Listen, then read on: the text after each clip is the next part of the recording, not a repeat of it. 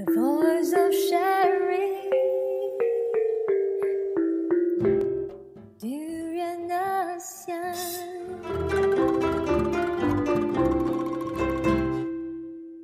Hi. Hello. Hi, this is Arlene, and Arlene, you are listening to Durian Asean, the voice of discovery and sharing. Today, in our ASEAN Breakfast Call dialogue session, we will be having Professor Datuk Dr. Leonard De Vries.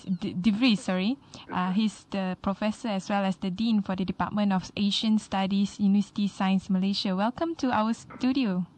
Oh, thank you so much for inviting me. Yeah, welcome. Hi, nice. this is Gowri.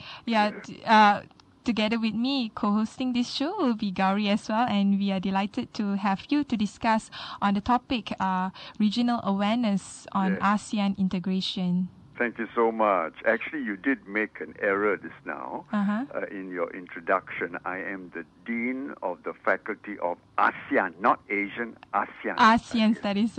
That's right. So I hope you don't mind. My focus is purely on ASEAN. Sure. That's my passion. Okay. So, just to begin with the discussion about ASEAN, the economic growth within the Southeast Asia nations or ASEAN by 2015 relies crucially on the regional awareness and inclusiveness of the Southeast Asian people. So, in this regard, this would also include the awareness and the integration of socio-cultural aspect as well as the physical connectivity. So you have been studying and also researching on ASEAN for quite some time. What make you interest to pursue the understanding of the regional body ASEAN? Yeah, thank you very much. That's a very pertinent question. It actually began in 2004, and I read in the newspaper our then Prime Minister Abdullah Ahmad Badawi, who was preparing for the ASEAN summit. You know, every 2 years, we rotate the chairmanship. So he was preparing for the Malaysian chairmanship of the ASEAN summit. You know, and his article was on the basic point that he made was that if the 600 billion people of ASEAN don't change their attitude, and the attitude being they think that ASEAN is about government activities, and if they don't change to thinking of ASEAN as a people organization, we will not be able to achieve our goals in 2015. Now that got me thinking. That actually Abdullah Badawi's statement, and he coined the slogan, ASEAN, one vision, one community, one identity. And to his credit, it's now become our motto for ASEAN under the ASEAN Charter. So, I think Abdullah Badawi has not been given enough credit. But the point you're asking, that got me to think. And at that time, after doing some soul searching, that was in 2004, I came to the conclusion that the future of my grandson, I mean, say in those days he's now 10, but he must have been about 2 or 3, yeah? And I believe strongly that the future of my grandson is not in Europe and America and Canada, which the private sector, everybody is focusing on our markets there. But the future of my grandson is in the 10 ASEAN countries. Now, I made that decision, please remember, in 2004. And it seems to me that I'm right now, because everybody now is coming to Asia. That's what got me going. Yes. I see. There's a lot of criticism on ASEAN, whether it is a strong regional body or whether it has been successful in terms of its accountability towards the Southeast Asian people. But what do you really think the main focus of ASEAN is all about? Yeah, number one, to answer that first question, the shortcomings. Actually, Kofi Annan, our ex-UN, says that every time he thinks about ASEAN, it gives him great joy. It is one of the regional countries that gives him great satisfaction because it integrates, the multitude of people of various cultures, religions, etc., and it gives him great satisfaction. That's one about ASEAN. Number two, we all know it's standard that ASEAN is the best planned region in the world. And why do you say so? Yeah, it is. It's documented. It's the best. It's the best planned region in the world. And in that sense, I would strongly recommend that the people refer to. To me, it's three important documents, lah. One is the three ASEAN roadmaps or the three pillars. It is all planned out, the three pillars. That is a very important document. Number two document is the ASEAN connectivity. These are all planned. Now, these are not at the theoretical level, but these are at the actual planning. And the third, of course, is the 2007 ASEAN Charter. Let's begin by looking and studying these three documents. I see. Yes. But I have to highlight this. I attended the ASEAN People's Forum, and one of the key highlight is about ICHR, or the Human Rights Charter of ASEAN. Right. In fact, one I think researcher stated that in one of the workshops or forum stated that the Human Rights Charter in ASEAN is considered the weakest in the world. It could be. I agree with you, but it is a start.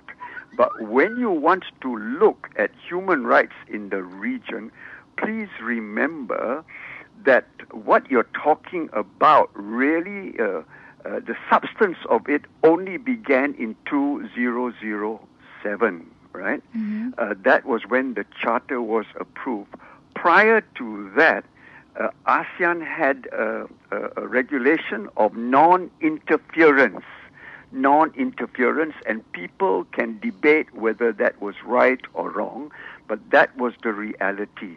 So, in other words, internal matters, including human rights of the various countries, the region independently didn't say anything about what was happening in the other countries. Now, in 2007, when we had the charter and we became a legal personality and our behavior is governed by the charter, we have to follow. So it makes a new situation arising. You follow what I'm saying? Mm-hmm. And within that context, I agree that the human rights guidelines that was written could have done a better job.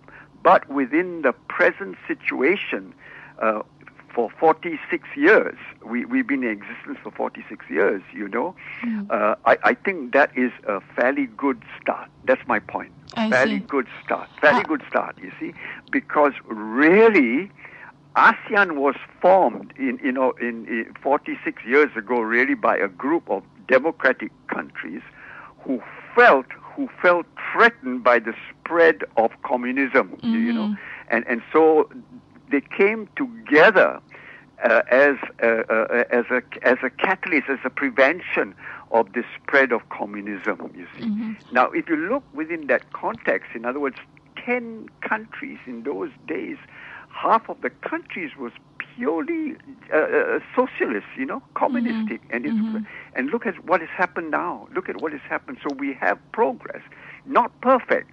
So you have to look at the present human rights guidelines as a step forward. I see. Not perfect, but as a step forward. Okay. When you claim that ASEAN came together in the beginning because it needs to create a stronger, I would say, regional force in terms of countering communism and socialism, but at the same time, I'm just wondering, has its mission or aims evolved? Because we don't have those kind of security attacks on certain ideological force. but maybe we have a different situation right now when it comes to the issues that Southeast Asia is facing. Has it evolved in terms of its agenda? No, it hasn't. It takes time, but I will tell you some of the, if you want to go into that direction, the problems, the key to development, you see, people think that the key to developing our region is government involvement. The government, to me, has done a good job of planning, right? Now, when you talk about human rights and all these issues, human rights, migrant workers' rights, people rights, democracy, the key to its development must be the promotion and the encouragement of civil society. Mm-hmm. Civil society, you see, we've not put enough emphasis yet. It'll take time. We've been focusing on macro level issues, government, right? And they've done a good job. Now we have to focus on civil society. I strongly believe in the issue of civil society. And this comes under the master plan, the second pillar, and that is the socio-cultural community or socio-cultural integration or pillar. Very important, the development of civil society. As you know, civil society must be promoted because civil society is the one that takes up this kind of issues. We've got to promote them. Right? So when it comes to the master plans, you claim that it is one of the best in the world. Can you explain more about these 3 master plans and how much of it that the governments in Southeast Asia has fulfilled it? Yeah, I will I'm not going to it because that will take me. You know, that is what I do here. In other words, I'm using basically at the Faculty of ASEAN Studies at AUCMS, and basically we are the first. Now, this is a shortcoming of the region. If you want to develop the region, and if you want to develop the emphasis of regional integration and not national integration, then it is important that you have human capital. You know what I mean? People and studies. So that's exactly what I'm doing now here. We are taking those 3 documents in particular, the 3 master plans, ASEAN connectivity and the charter as basic, and now we are structuring our courses around that. Okay, so that's why I'm saying these 3 the 3 pillars are very in-depth, very long. Takes a long time. But anyway, I will very quickly talk about economic. Firstly, can I talk about economics? Go ahead. Yeah, I'll say something about the economic master plan. The economic master plan, there are really 4 pillars. But the most important is pillar number 1. In other words, in future, or now, when we talk about business and economy, we must remember that we are talking about an ASEAN single market and production base. A single market and production base. In a nutshell, the biggest problem that we are facing now is the 10 countries, when they talk about economy and business, they are pushing their separate ASEAN countries. When Singapore or Indonesia or Thailand speaks about the automotive industry or IT or rubber industry, they are talking about Thailand's industries or Malaysians. What they are expected to do is to focus on regional, and that is ASEAN. In other words, what the private sector has got to do is this. Sure, develop your economy. We want people in IT to come into Malaysia, excellent, and we want foreign investment to come in. But the point is this, when you get people to come and set up their companies in Malaysia, please remember that we are talking about a single market and production based in IT. That means we tell them, you come to Malaysia, fine, but what we will do is we will hopefully help you to move into other ASEAN countries. You follow what I'm saying? Yeah. That is about the single market. In other words, we push regionalism and not nationalism. At present, this is the biggest problem. You see? So here once again, the private sector, as Abdullah Badawi has indicated, must come in, because crazy people like me will push ASEAN. You see what I mean? Will push ASEAN. And then Malaysia. I push ASEAN because that is what, in other words, regionalism is the key. Now that's the point. Together with that, the single market has really 4 very important areas. The single market and production. Number 1 is a free flow of services. Free flow of services, business services, free flow of services, of financial services. That's very important. The second aspect of a market is free flow of investments. You see, once again, free flow of investments, not investments only in Brunei and Singapore, but free flow in other countries and all, because we are a single market and production base. Mm-hmm. And the third, very important now to me, this is essential, the free flow of skilled labor. Mm-hmm. You see, one of the reasons why I got involved in this, because there are so many, so very many other areas, but this area of free flow of manpower. Mm-hmm. I got tired of the issue of immigrants. I got tired about the problem of Filipinos and Indonesian workers coming and how badly they treated migrant workers. I got tired of the Indonesians saying that their maids cannot work in. They are off base. So are They are off base. So I'm just thinking that, are you claiming that by having a stronger, but if we follow the master plan accordingly, the rights of migrant workers will be protected, meaning that unskilled workers around the Southeast Asian region? Of course, because it's a free flow of goods and free flow of skilled labor, free flow of labor. Because it's basically the principle is that jobs across borders. That's what I told University Malaya when I saw them in 2005. In 2005, that is the key: free flow of labor. In other words, you cannot prevent anyone in the region, if I'm a citizen, from working in any other countries. That has been agreed by all 10 countries. So when Indonesia come in and say you are preventing your maids from coming into ASEAN, that goes against the spirit of ASEAN. But You follow? yeah. You can set up certain regulations, but you cannot come and say that maids cannot work here. You cannot. It goes against the principles of the free flow of skilled labor. But all this can only happen if we have stronger legal mechanism or human rights mechanism to protect. Can I tell you now? You want me to take legal matters? Let me tell you, I am an ASEAN national. I'm passionate about it. That's all I do, right? Mm-hmm. Can you imagine, right? Can you imagine? Now we talk about ASEAN, the different implementation now. The 2 points I want to make, since you mentioned about legal. Since you mentioned that, legal. Right. Let's look, my dear. You are Angelina Tan, is that right? Arlene Tan. Arlene Tan. Okay. Yeah. Let's look at those 2 issues. Let's take the legal aspects. Do you know that for 10 years I've been persuading the legal fraternity to start thinking and going into the legal aspects? Why? It's not rocket science. We are doing trade across borders. You know what I mean? Can you imagine the legal ramifications of cross-border trades between Malaysia and Thailand? Right? Mm-hmm. Can you imagine the cross-border between the 10 ASEAN countries?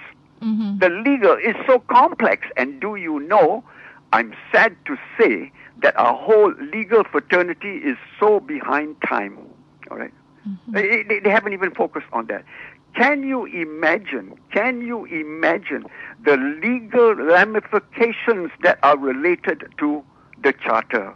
For example, just think about the legal ramifications of a concept of a legal personality. We are now a legal personality, and it simply means, I'm not a lawyer, but I'm trying to study. It means that in future, ASEAN can deal with the international community as a group. You see, presently, we are dealing with the international community on an individual country basis. But a legal personality gives us the right to deal with the international community as 10 countries. You see what I mean? Yes. There are so many legal ramifications. But let me tell you something. Let me say something now. You know what is China doing? Please. We study what China is doing and we can learn from them. Look, China, the legal fraternity in China for 7 years each year has a forum on ASEAN China Legal Aspects Forum. They've done it for 7 years. And what they do is this forum, they invite all expenses paid for 2 lawyers from the region to go to China for a seminar to study China, ASEAN business relationships and the legal. It's organized by the legal fraternity. Okay? And they've been doing it for 7 years. And these 7 years, what do they do? They pay all expenses for these 20 lawyers. You have to apply and you go. And you know what is the expenses? They pay for your transport. They pay for your accommodation down there. And you know for how long? It is for 30 days. Can you imagine? It is so important that the legal aspects, and what do they focus on? I really wanted to go and speak there on ASEAN because they basically focus on China, business to ASEAN. I see. That's what, and it comes from one of the universities, law faculties that studies ASEAN. That's one, okay? One. Another aspect, you see what I mean? The other aspect is human capital. China has established for 5 years a faculty for ASEAN language and culture. Basically, 5 years now, a faculty for ASEAN language and culture. In a nutshell, if you want to study Bahasa, you can go there. 5 years. I met the dean. Can I just carry on that? Yeah. In the whole of the region, we don't have a faculty of an institute for studying purely ASEAN studies. We are the first year. You see what I mean? You see what I mean? So those 2 issues are so important, the point that you're making. Yes. When you highlight about China having 5 years of studies on ASEAN or ASEAN socio-cultural aspect, do we have the same thing, maybe not in Malaysia, but the region as well? Doing what? Having a socio-cultural studies on ASEAN. No, that's my point. You might have, in the faculty of social sciences, you might have a course, you see. But we don't have a structure. They have a faculty for ASEAN culture and language. We don't even have a center or an institute that focuses on it. Chulalongkorn University, I'll tell you lah. Chulalongkorn University, there's a lot of research on ASEAN, and it seems to me that Chulalongkorn University is the key to studying the ASEAN in research. But they do it from their various faculties, They don't have a structure. They don't have a central body. That's my point. So if we don't have a stronger mechanism in understanding our social cultural aspect in Southeast Asia region, how do Malaysians or in general Southeast Asian learn about ASEAN or understand about the importance of this regional body? Right. So one is what I do here. I'm going to starting off. And the other, that's what I'm saying. I've already indicated to you that during ASEAN, you sit on a gold mine in terms of what you're talking about. It must come through the private sector mass media and radio is one. Just tell me the radios in the whole of the region. I'll go into great depth. We at present only have one television station, and that is Radio ASEAN in Bangkok. formed last year, and now it's beautiful. You've got Durian ASEAN. That's why I want to sit down and talk to you. What have I done to refer to your questions? I've developed my own programs, and I'm now trying to get people to come in and move in this direction as to what we're going to do. Correct, yeah. We will continue in a short bit after this one song. Right. I'll talk to you again more about regional awareness on ASEAN You want integration. me to hold on? Yeah, just for one song. We'll come back again. Okay. Yeah. You mean you're playing our ASEAN song? It's a combination of different songs. Oh. Yeah. Do you know that we have got an ASEAN song? Yeah, we do play it once a while. That's good. Yeah. That's good. Yeah, we'll continue back again. Okay. The voice of sharing. Durian ASEAN.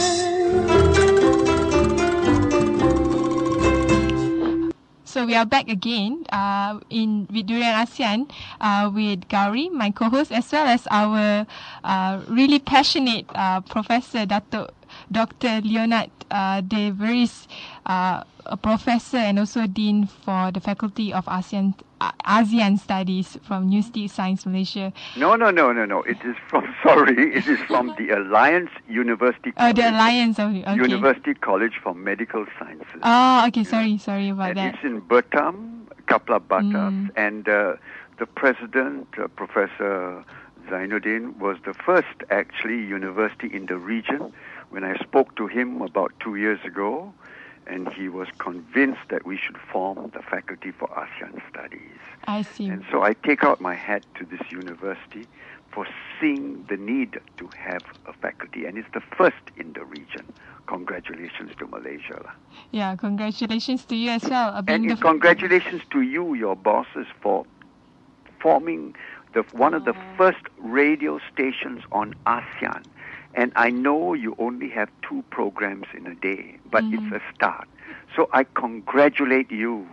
I congratulate Thank you very much, Doctor. Yes, and as I said, I responded to your email, your website, and I put my name down there. I know you started on March the 15th, and I read it on your website.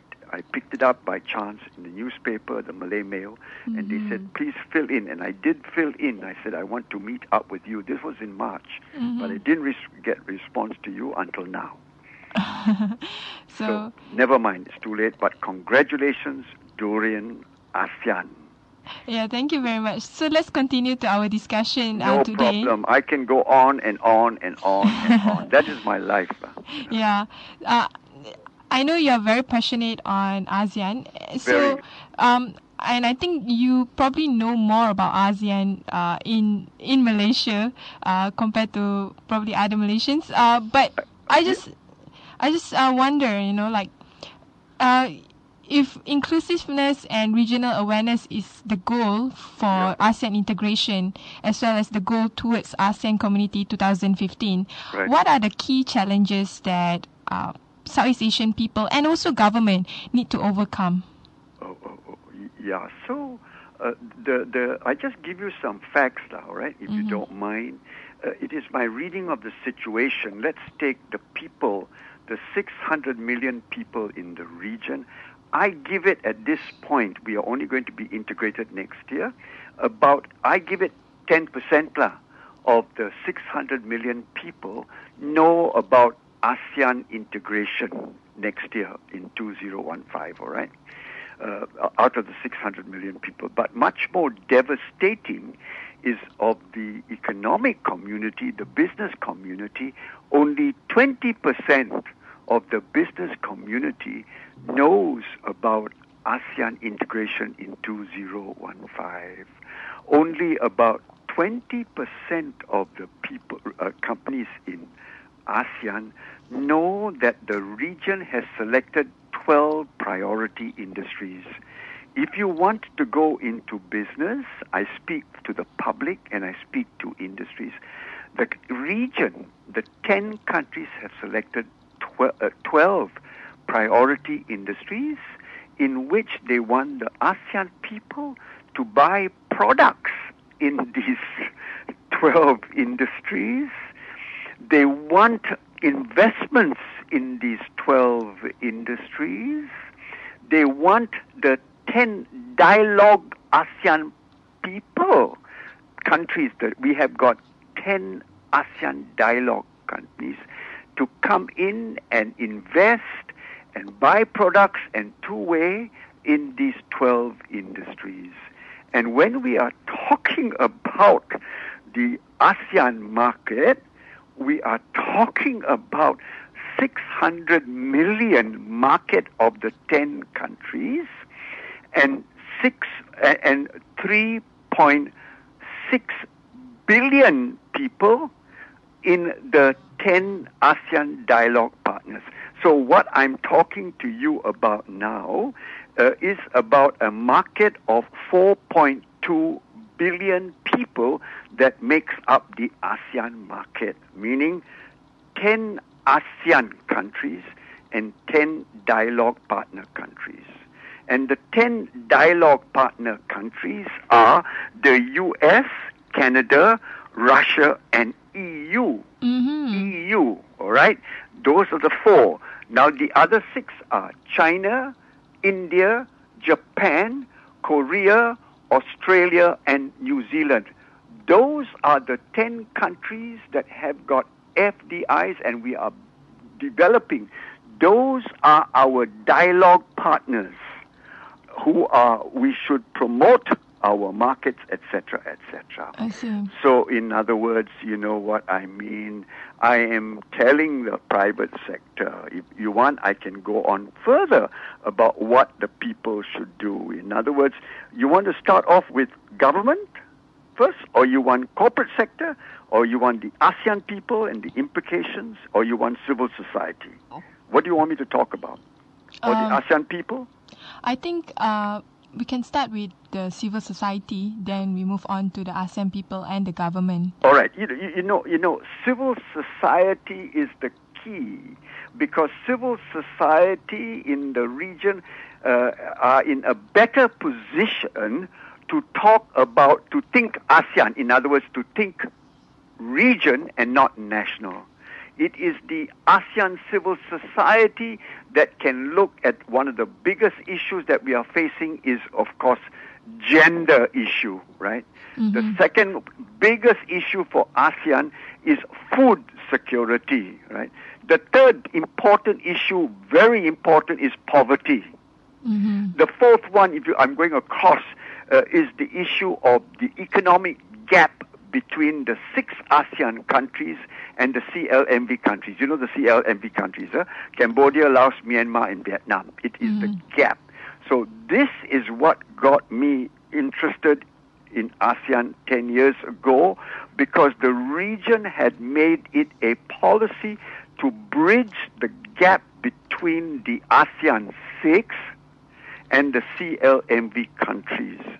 Meaning, if the region is going to develop, the 10 countries must develop together.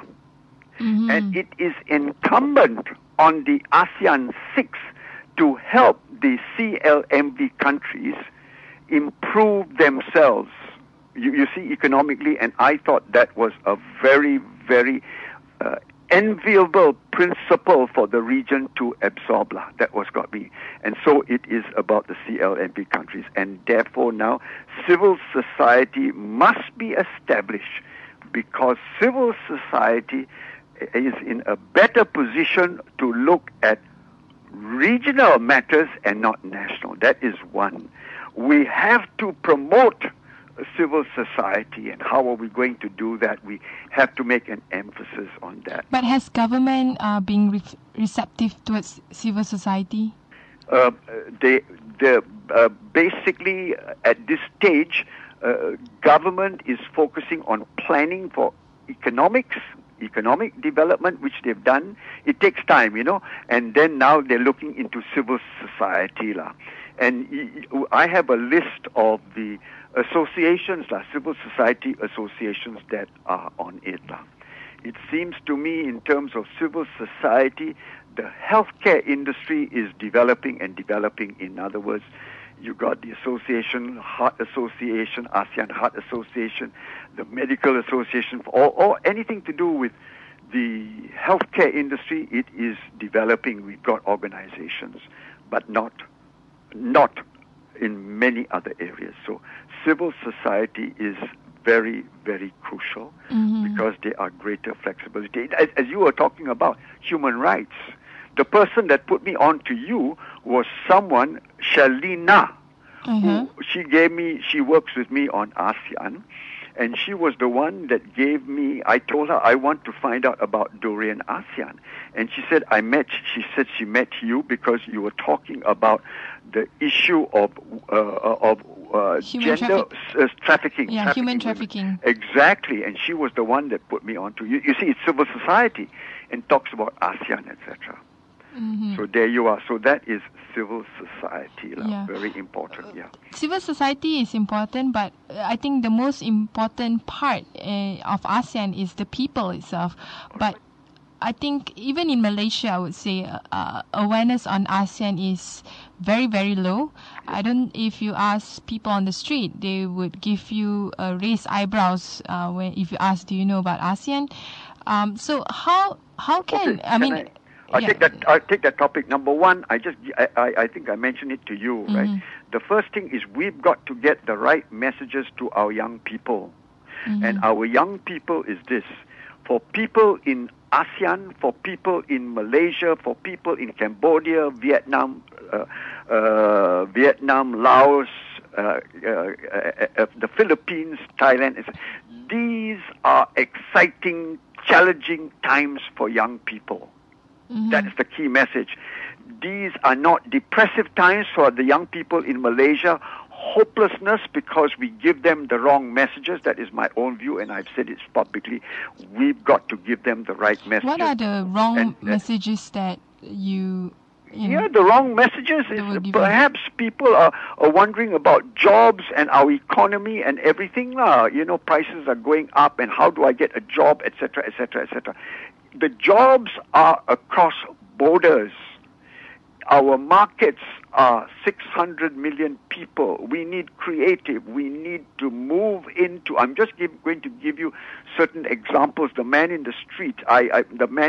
They asked me, Doc, how you talk about ASEAN. How do we benefit, man? So I tell them, I just give them certain examples. Our nasi kanda shop, and our mechanics and our food business and all that, and vegetables. I say, look, please, what is going to happen? The road to Thailand, the road to Datuk, and all this red. I'm just giving you an example, please. You know what's going to happen in 2015? The whole logistics industry is going to expand. Free flow of goods and services, etc. You open your nasi kanda shop down there, people are going to stop. If you got a mechanic shop, always never do it by yourself. Always joint venture with Thailand, Put a repair shop down there because the traffic is going to get horrendous, you know what I mean. Look at our fresh vegetables and fruits, etc. It's going to go across borders, And in other words, always joint venture with others. If you want to grow vegetables and fruits and agriculture, I'm into food security. If you want to talk, I'll talk to you, but not today. But anyway, please, someone approached a friend and said, the Japanese, they want to grow mangoes in Penang. Can you find a piece of land? I said, don't be an idiot. Our land in Penang, in Balai Pulau, is also, just go across the border. So much land down there, man, It's so much cheaper. Work with them. You see what I mean? We are into that phase. So in other words, the ASEAN people must think and feel and act ASEAN. Number two, look, we've got to learn an ASEAN language. You see, we've got to learn an ASEAN language. Our people are so, academics are so short-sighted, you know what I mean.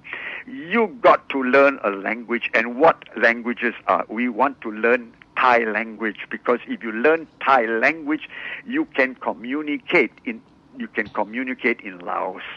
If you study Malay language, you can communicate in Brunei, in Singapore, and in the biggest market, Indonesia. Right. Now, so that's very important languages. English goes across. English is the lingua franca of the whole of the region.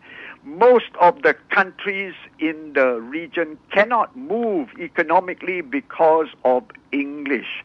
Thailand is progressing rapidly, but they themselves admit what is slowing us down, of course, their political situation now, but it's the language. English language is very poor and big going. So basically, what should we be doing? I'm just giving you a little bit more. It means that we take our 12 industries and we teach them English and these language so that we can go and use English to go into economics. So there are two approaches to English people. The people in English must look at. In terms of English language, you got two approaches. One, you focus on substantive issues, structure of English language, grammar and all. The other is you focus on content. In this case, I focus on content and then I go to structure. That is my own view, because why? We want to get people to go and work and go into the industries, and therefore your communication, English or Tagalog or Vietnam or what it is based on the 12 priority industries. Okay? Learn. Know about, I tell the people, know about ASEAN countries, the food, the culture, the food, the music, the dance, the art, etc., etc. Yeah, I think in general, especially in the education system and also in terms of cultural awareness on ASEAN, is still not very bad. As much exposure as exactly. we expect. And there's a lot of doing. So in other words, please, parents, make sure your children know about ASEAN. ASEAN. I just go over, what about our schools, colleges, and I won't come, it's ASEAN focus, right? Our students must be prepared for life and work in ASEAN in 2004. My dear, everything I talk to you about now, I have personally gone and done it. You understand? I've done it. I've spoken to people. I've been to the whole region on my own self. My own money. I went to most of the regions and telling them and writing to form. University Malaya in 2004, I don't mind. I tell you quite frankly. I told them, the University of Malaya, please focus on ASEAN 204. At that time, our country had 30,000 unemployed graduates. Today, we have 60,000 unemployed graduates. And I told University Malaya, it is my humble view that the 12 industries, are you familiar with the 12 industries? Do you want me to rattle them off? Yeah, you can. You want me to? Okay. And this is exactly what I did just to the briefly, university. Yeah, I just rattled out the 12 industries and I basically told them, our 12, the faculties or institutes that University Malaya is focusing on, these 12, must be adjusted to include the ASEAN perspective, so that our people that coming out from the universities will focus and hopefully be of use to the region. What are the... And the 12 industries are wood-based, agro-based, rubber-based, right? Fisheries, apparel, electronic industry, and automotives, all right? That's 7. Now we come on to the services, right? Healthcare, air travel, tourism, logistics, and there's one more. Did I mention fisheries? And IT. Sorry, IT. IT. Those are the 12 priority industries, which all languages, we want communication languages for them to go into it. Yeah. What is the current perspective that the University of Malaya, or maybe in general other universities as well, are adopting? Is it more of a globalized perspective, more or European-centric or American-centric? I don't know. I've done my part. I'm telling you that this university, and I've done my part too, I've already moved into other ASEAN countries and trying to push. That's why I said I can sit down and talk to you about what is happening, and what I'm trying to do is to get into human capital in other universities. I've already moved into Thailand, persuading them. Indonesia, the Philippines, Myanmar, Cambodia, Laos, all these countries, individually my own, I'm pushing them to start off human capital. Yeah. You follow? My final question is about the government. What can the government do to expand the regional awareness, so at least at the governmental level, to ensure that the ASEAN Community 2015 can be realized? Right. Okay. So Malaysia assumes the chairmanship of the ASEAN Summit next year, 2015. Okay? And so our Prime Minister has had a session about 2 months ago. And basically what he has said is that when Malaysia takes over the ASEAN Summit, it is going to be a people ASEAN.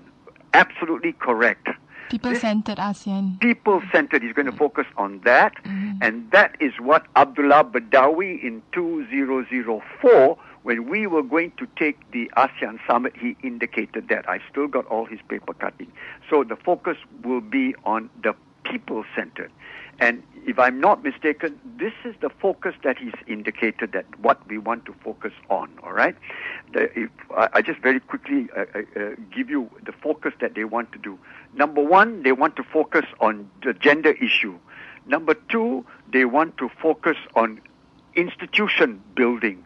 Number three, they want to focus, they want to look on better lives of the people, Number four, they want to focus on, if I'm not mistaken, I look at identity issues. He's given 4 or 5 focus on it, and I think we should focus on that. Fine. My job, of course, Allianze University College of Medical Science being the first faculty, we are going to work with him to promote that, and I'll give you more specifics. Definitely one must be in human capital development, the point that you made, human capital development. But the basic principle, if I can tell you this, if you don't mind, you see, since independence, we have focused on macro issues. You understand? Macro. Planning for governments, for the Ministry of Foreign Affairs, and all these plans at the macro level. You follow? What we have to do now is we've got to look at the people. How can the people of ASEAN benefit? In other words, the people will say, okay, 2015, what are we going to benefit? You know what I mean? How can we move into ASEAN? What are you going to do to help me to move into these 12 industries? What are you going to help me? How are you going to help me to also move into the socio-cultural, to look at ASEAN fashion, ASEAN food, ASEAN dance, ASEAN art, ASEAN literature? We've got companies down here. Our minister, Mida, has indicated, what is happening in the ASEAN region. All our companies, they only do 26% of our GDP across the 10 countries is in intra-ASEAN trade. Only 26%. I give you some stats, all right? The European Union, they do 60% of their GDP is to intra-European trade. The Pan-American region, there's 50% of their GDP comes through intra-Pan-American trade. ASEAN region, 10 countries, only 26%.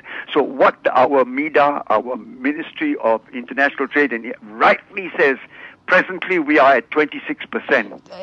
If it's at 26%, majority of the GDP comes from which other countries? Yeah, I'm just giving you some stats, right? So basically, as in a nutshell, he is saying, and you can look at it, he is saying that in the whole region, including Malaysia, we must look at development of industries here as a stepping stone to move out. That's the point. 26, and that's very important. So in other words, we have to help individual countries to move out. We have to help the person who sells vegetables and meat across borders. How do we go out? You follow what I'm saying? And that is why I have developed that, and I'm calling it the ASEAN Integration Development Center. The ASEAN Integration Development Center. This is people-oriented to help the people benefit, support the people, move into ASEAN. And my project is to develop 100 centers, ASEAN Integrated Development Centers, for the 10 regions. My goal is to have 10 centers like that in Malaysia. Wow. Yes, eventually start slow and move out, right? So these plans, people who think that only governments are thinking, no, the private sector is also thinking. A few people, like our university here, we are moving along. That's what I want to talk to you. You see what I mean? So, that's the reason, yeah. This is very fruitful. I guess there's still a long way in terms of regional awareness on ASEAN integration, but we are moving, we are at a good start. I would say that even though there's still, a lot of things to Durian improve. ASEAN? Yeah, we are still at a good start in a way that I think slowly we are moving forward in terms of trying to get more awareness, talking more about issues related to ASEAN, whether it's politics, economy, or socio-cultural. And I think more emphasis should be put on the master plans itself so that people can discuss more and understand more how this would provide, the path towards ASEAN community beyond 2015. Thank you. That's excellent. As I told you, my daughter is in KL. I've told her to get in touch with you, and I want her to give you what I do, so that you can have a look as a preliminary, Yeah. And at this stage, I thank you. As I said, we need Durian ASEAN. If we don't communicate, we need the mass media. We need the mass media to communicate to the region. Yeah. You are only here. We need a radio station in every ASEAN country. We have an ASEAN radio TV, and that has got to be expanded. And I wrote to them 1 year ago, and they still don't reply. You see what I mean? I know. Anyway, we are at the end of our show today. Thank you for speaking with us. Yes, it has been a pleasure. Yeah, it's been a pleasure for us as well. Thank you so much, dear. Thank you. Good luck. Welcome. Right. Bye-bye.